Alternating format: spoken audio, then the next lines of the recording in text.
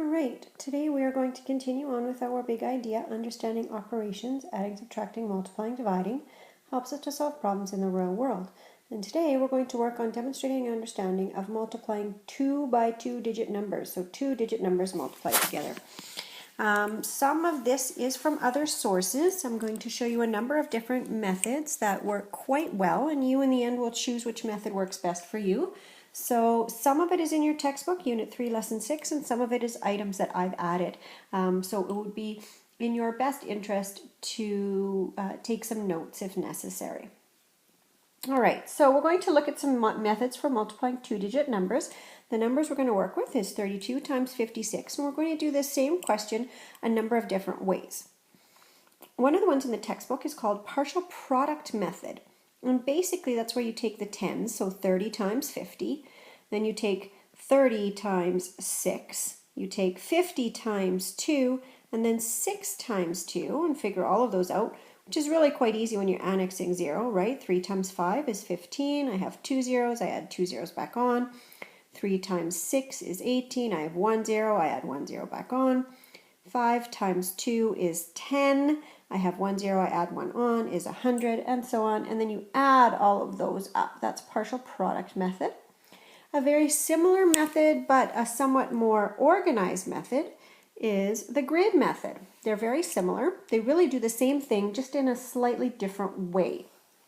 Okay, again, you have 32 times 56, and we've broken the 32 into 30 and 2, and we've broken the 56 into 50 and 6, and then within each box you multiply. So 50 times 30. Again, 3 times 5, 15, took off 2 zeros, add those zeros back on.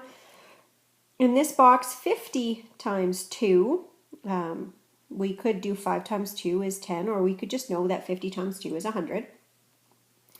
30 times 6, 3 times 6 is 18, add that extra 0 on, and 6 times 2 is 12, and then again add those numbers up. So very, very similar to partial product method. They both end up, doing the same thing and adding those same numbers up. This one is a little more organized. This one, you have to keep track of what it is that you've multiplied, so you make sure you get all four parts of it. So whichever works best for you is just fine.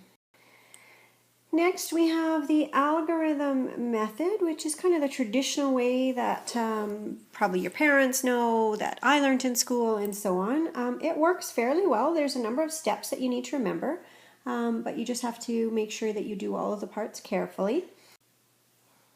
All right, so you start with the ones place of both digits. 6 times 2 is 12. We put the 2 at the bottom and we carry the 1. And then we go with 3 times 6 plus 1, which would be 19, which gets written down here. At this point, we're working with the tens place for the second set, so we need to put a place marker. I put an X. You can put a 0. You can put a happy face. Really, it doesn't matter what you put. I choose not to put a 0 because sometimes if my next number is 0, that gets a bit confusing. So I make it an X. I get rid of my borrowing that I've already used, so I don't use it again if I don't need to. And then we start with the tens digit. So 5 times 2 is 10. I put my 0. I carry my 1. This is a new one, so I'm going to write it again. And now I have 3 times 5 plus 1. 3 times 5 is 15, plus 1 is 16, so the 16 goes there. I have to make sure I line up my numbers correctly when I'm adding so that I don't make any mistakes. And then I add.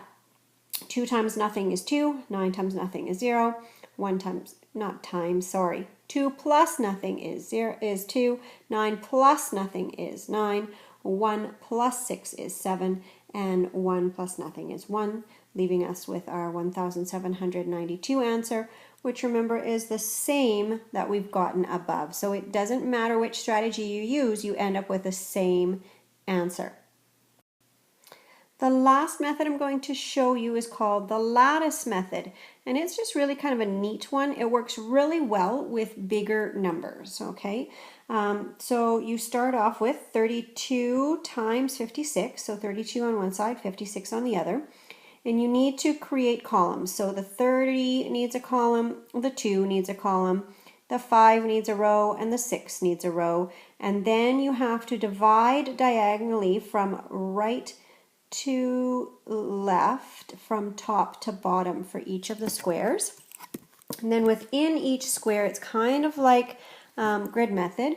In this square, it's 2 times 5, which is 10. So the 10's digit goes in the top, the 1's digit goes in the bottom, so that's your 10. In this box, it's 3 times 5, 15, 1 and 5. In this box, it's 2 times 6, which is 12. And in this box, it's 3 times 6, which is 18. Now what you need to do is you add each diagonal section. So 8 plus 1 is 9, 1 plus 5 is 6, plus 1 more is 7, and 1. Now when a person just looks at this, they don't know which number is the actual answer, so it's really important that you separate your answer, otherwise they won't know which one it is. All right, yes, so it's very important to make sure that you write your final answer with this method so that it's clear that you have that as your answer, and it's not hard to tell which part, because otherwise once all of those numbers are there, it's hard to tell which part is the question and which part is the answer. All right, now we're going to practice. We're going to work with a number of different questions, and I'm going to ask you to do them using different strategies. All right, we're going to try the first two using grid or partial product method. The second two we're going to use algorithm. All right, you're going to try each strategy twice to see which one in the end you prefer. You must try the strategy that I've asked you to try. So for both A's, I'd like you to try grid or partial product. They are very similar, so whichever one you prefer there. For the B's, we're going to try algorithm method. And for the C's, we're going to try lattice method. So I'd like you to press pause and try each of those now. All right, so we're going to start with grid method. 24 times 14, so 20 and 4. I'm separating those, and I need a column for each of them. And then it doesn't really matter which side you write it on, so 10 and 7 is what we separate 17 into, 10 and 7. And then within each box, we're going to multiply. So in this box, it's going to be 4 times 10. 4 times 10 is 40. In this box, it's 20 times 10. Well, I know 2 times 1 is 2. I've taken off 2 zeros, so I'm going to add 2 zeros back on. In this box, it's 4 times 7, 28. And in this last box, it's 2 times 7. 20 times 7, 2 times 7 is 14. I took off that 0, so I'm going to add that 0 back on. And now I need to add them up. When I add them up, I need to make sure that I remember to line my numbers up correctly with all of the digits that are in the ones digits being lined up properly. So 0 plus 0 plus 0 is 8. 4 plus 4 is 8 plus 2 is 10. Carry the 1. 2 plus 1 is 4. 408 would be our answer. All right, let's try the same method with 98 times 34. So again, I'm going to break them apart, 90 and 8, and they each need their own column. And then 34 is 30 and 4. They each need their own column, so they end up with their own little boxes. And here, 8 times 30. Well, 8 times 3 is 24. Add my extra 0 back on. Here it's 90 times 30, so 9 times 3 is 27. I took off 2 zeros, so I have to put 2 zeros back on. In this box, it's 8 times 4, 32. And in this box, 90 times 4. 9 times 4 is 36. I took off 1 0. I got to add another 0 back on. Now I add them up, making sure that I line them up correctly. All of my 1s are with my 1s. All of my 10s are with my 10s. All of my 100s are with my 100s, and so on. 4 plus 6 is 10, plus 3 is 13. Carry the 1. 7 plus 3 is 10. plus 2 is 9, 7 plus 3 is 10, plus 2 is 12, plus 1 more makes that 13. And 2 plus 1 is 3, so 3,332 would be our answer for that one. All right, the next two we were going to try algorithm method. So that's our traditional method that probably your parents are familiar with. There's a lot of steps, so just watch that you have in fact done them all. We're going to start with 6 times 8, which is 48. So I'm going to put the 8 and I'm going to carry the 4. Then I look at 8 times 3, which is 24 plus 4 makes that 28. I need my placeholder. I need to cross off my things that I've already carried so I can start fresh. Now I look at my tens place. 1 times 6 is 6. And 1 times 3 is 3. And now I need to add those up. 8 plus nothing is 8. 8 plus 6 is 14. Carry the 1. 2 plus 3 is 5. Plus 1 more is 6. All right, now we're going to try the next one. 70 times 25. Again, important to line those digits up. Ones with ones, tens with tens. So we start with 0 times 5. 0 times anything is 0. Then we look at 7 times 5, which is 35. I put in my placeholder. I have no borrowing to cross off, so I'm okay there. Now I look at my tens place, my 2. 2 times 0 is also 0. And now 2 times 7 is 14. Making sure that I've lined those up properly. Ones with ones, tens with tens, hundreds with hundreds. And now I add. 0 plus nothing is 0. 0 plus 5 is 5. 3 plus 4 is 7. And 1. So 1,750 using the algorithm strategy. All right, last method we're going to try is lattice method. So 51, oops, sorry, need my pen. Now I've covered the question. There we go, sorry about that. 51, so 51, we break those apart. I need 2 columns for those. And 19, 1 and 9. Different from partial product method because we still stick with 1 and 5. We don't make them into 50 and 10.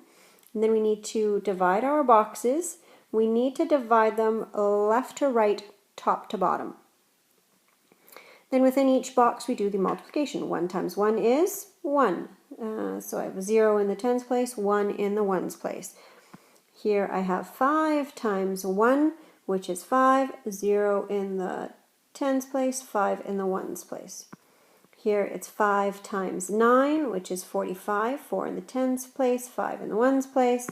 And here it's 1 times 9, 0 in the tens place, 9 in the ones place. Now I add each diagonal section. So 9 plus nothing is 9. 5 plus 0 is 5, plus 1 is 6. 4 plus 5 plus 0 is 9. And 0 plus nothing is 0. And this makes it difficult. Now when you look at this, do you know which one is the answer? Not really, because it's hard to tell which was the question, which was the answer. So what we need to do is we need to make sure that we then take these numbers and write them as the final answer. So 969, because we don't need that 0 in front, is our final answer. So that's lattice method. We'll try one more. All right, so 23. Again, we need a column for each of these. And 61. There's our boxes, dividing them top to bottom, left to right. First box, 3 times 6 is 18. 1 here, 8 there, tens and ones. Next box, 2 times 6, which is 12. Next box, 2 times 1, which is just 2, so 0 in the tens place. Next box, 3 times 1, which is just 3, 0 in the tens place. Now I need to add my diagonals. 3 plus nothing is 3. 2 plus 8 is 10. So when you come into a number where it's more than 1, you cannot just put 10 there. That doesn't work. You have to put the 0. And then you carry the 1 over here, so it's an extra 1. So now it would be 0 plus 2, which is 2, and 2 plus 1, which is 1, plus 1 more, which is 4. And then 1 plus nothing here is 1. And again, we need to write our final answer so we know which part is the answer, which part is the question. 1,403. All right, so now you've had an opportunity to try all three strategies, or you could have done partial product, which is the same as grid, really. And from that, now you've hopefully determined which one you think works best for you. You can stick to that one almost primarily. It is a good idea to be able to have some fluency and be able to do it more than one way. So for example, we could do one question in algorithm way, and then to check it, we could use lattice method. So being able to use more than one method is great. If you can, try to use a variety of methods when you're working today. If you're really struggling and there's one that really works so much better for you, then you can stick with that one, your choice. All right, so we're working on multiplying 2-digit numbers. Math Makes Sense is what you're practicing in for your concept practice, page 94. Numbers 2, 4, 5, 7, and 12. Make sure you must show your work. Otherwise, I'm going to assume it's done with a calculator and you'll be redoing it. You must also explain with words if there are explanation questions. We tend to just do the work, or we write one sentence. An explanation requires more than one sentence, requires more than one word, requires you to explain what you're thinking in your head. All right, away you go. Best of luck. Make sure if you have questions that you ask. All right, and again, in case you've misplaced your exit slip, here is your exit slip for today. Some of them rearranged a little bit. I don't know, it seems to do that when I upload it. You are estimating and then calculating for question number 6. Remember to tell what strategy you use to estimate: compensation, compatible numbers, front end, benchmarks, etc. And then also tell what strategy you use for the multiplication. Did you use partial product? Did you use grid? Did you use the algorithm method? Did you use the lattice method? Which method did you do? And you must show all of your work. You may not use a calculator, and I would recommend doing this on a separate page because you really don't have enough room to squish it all in here. And if you squish it all in and I can't read it, you will be redoing it. These two, just calculate the following. So this I think is your 1 and this one is your 2. I don't know why they moved, but again, tell what strategy you used. Here's your 4, 5, and 6, and telling what strategy you used. So you can press pause and do the exit slip only after you have done the concept practice and we have marked it, because remember, your exit slip is my check to see how you understand, and we need to have marked ours together first so that I could already have given you some feedback, or your marker could have given you some feedback to indicate what you're doing well and where you need to work. So only once that is done is the exit slip done. Remember, it needs to have your name, it needs to say the concept, and it needs to say exit slip. Good luck.